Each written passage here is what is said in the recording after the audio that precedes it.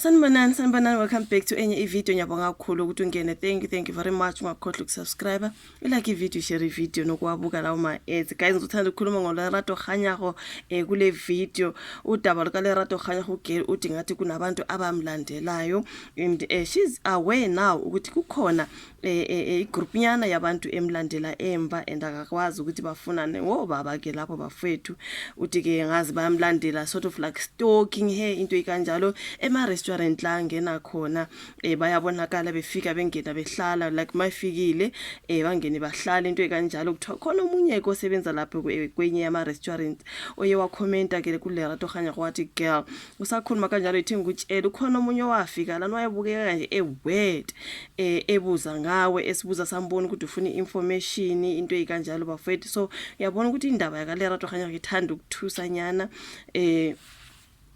ngoba being followed umuntu yabe kulandela ngoba efunani bafethu. So ngathi uthanda ukuthusa udaba lukadade uLerato into emnandi ukuthi uthi she's aware, she got aware ukuthi khona abantu abamlandelayo. So wa make sure ukuthi uyasetha a trap njengoba beloku bemlandela nje abathathe ama video abathathe izithombe. So uthi ke unabo labo bantu usene video kusho ukuthi ke ayishoota ke njengoba belandelwa nje. Ukhona futhi omunye ukuthi waba confronta lo munye okuthiwa kwakunephoyisa elalimile lapho eduze naloyo muntu duze naleyo confrontation. Iphoyisa elalifake iuniform kodwa la ngasho lutho lathula lathi du so angazi ukuthi udaba lukaLerato luthini luyangethusa bafethu kodwa angazi kwenzakalani bafethu.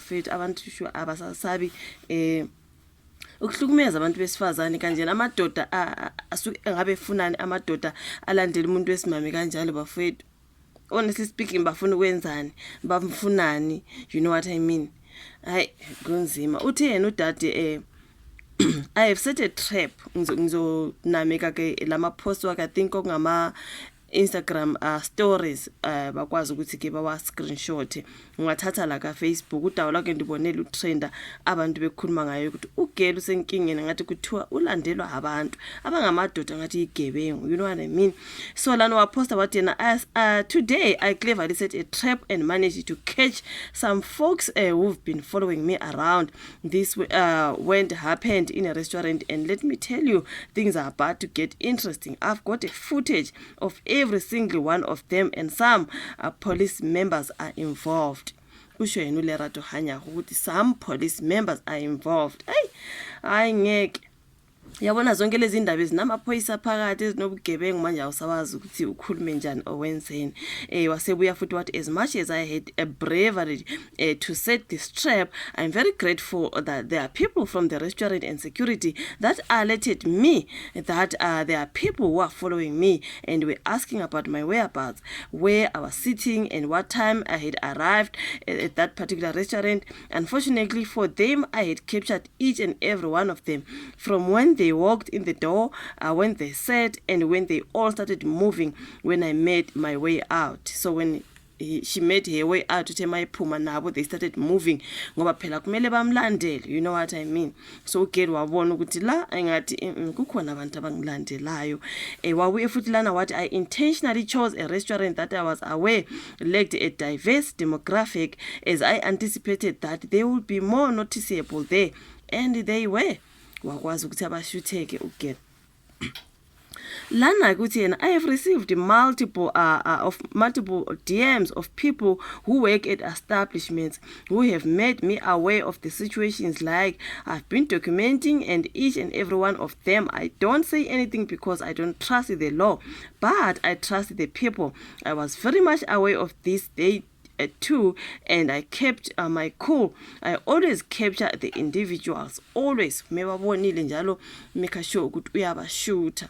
So lona ngumuntu I think owathumela ke imessage kuLerato Kganyago wathi speaking of a trap, someone was following you around the day you came here, okay, in Bryanston restaurant. That person came inside and asked to see the restaurant, I think so. I think that is asked to see the restaurant, yet he wanted to take a pic of you. You are so weird. That is the person alerting uLerato Kganyago khona umuntu wafika la nebuza ngawe into ekanjalo bafethu and why very very wild. Okay, So ke lana wabuye wathi I bravely got out of the car by myself, which I don't advise, and confronted one of them standing next to a uniformed police officer who said nothing while this confrontation happened and only walked away, only walked away when they realized that I've been recording all of them. I only did this because I knew I had invisible security around me. They are thugs. Uthi unama-invisible security ugela ukusho ukuthi noma ehamba kukhona abantu abamgadile but abantu abazi ukuthi khona abantu abamgadile. Manje laba-ke abalandeli abakwazi ukuthi ugeli vele ugadiwe, you know what I mean? Le mpilo bafethu no. So lana uthena, I will always look and sound happy because that's what keeps me alive in spirit. My fear is worn out. I do not fear anymore. Utugel akasesabi. So yeah, her fear is now worn out. She doesn't fear anyone anymore. Okwakumeka sure ukuthi uyadocumenta each and everything eyenzekayo around her. Wasebuya futhi wathi I'm okay. I am safe at home. I don't mean to scare you, but be vigilant. Document and protect yourself. Ugele phisana ke ngeadvice ukuthi make sure ukuthi uyadocumenta yonke into eyenzekayo, uziprotect ngoba vele yazi umuntu mangabona ukuthi uyamrecorda uzohamba uzobaleka into ekanjalo. So inzima ke le kageli kuyacaca ukuthi ngathi she's been followed. Angeke bafowethu, I wonder bafunani Nkosi yami, why bemlandela, khona yini into abayifunayo, bethunywe obani and why amadoda amadala ngasuke elandelela umuntu wesimami ngaleyo ndlela. Hayi, this is embarrassing and scary at the same time. Bafunani kuye guys, like yo Lerato Kganyago, poor girl. I hope she is safe guys. I really hope girl is safe and udaba lwakhe luthanda ukuyethuza ngoba lezi insuku phela kukhulunywa ngosambodi namanje nazo zonke lezi zinto zokuthi club owners into kanjalo. Siyazi ukuthi girl nayo phela she is a business woman, you know. So angazi nje kufuneka osomabhizinisi kufunekani kwenza, why, you know, like uzibuza imbuzo eminingi basuke befunana. Ngeke bafethu ithanda kuba nzima lena kudaba lukadade uLerato Kganyago. Uthi yena usebonile ukuthi kunabantu abamlandelayo, yena nje into ayenzayo ukumake sure ukuthi she is documenting everything. Kuzoba nobufakazi ukuthi who did this to her, into ekanjalo. Ngiyabonga you guys, thank you so much ukuthi imameli video.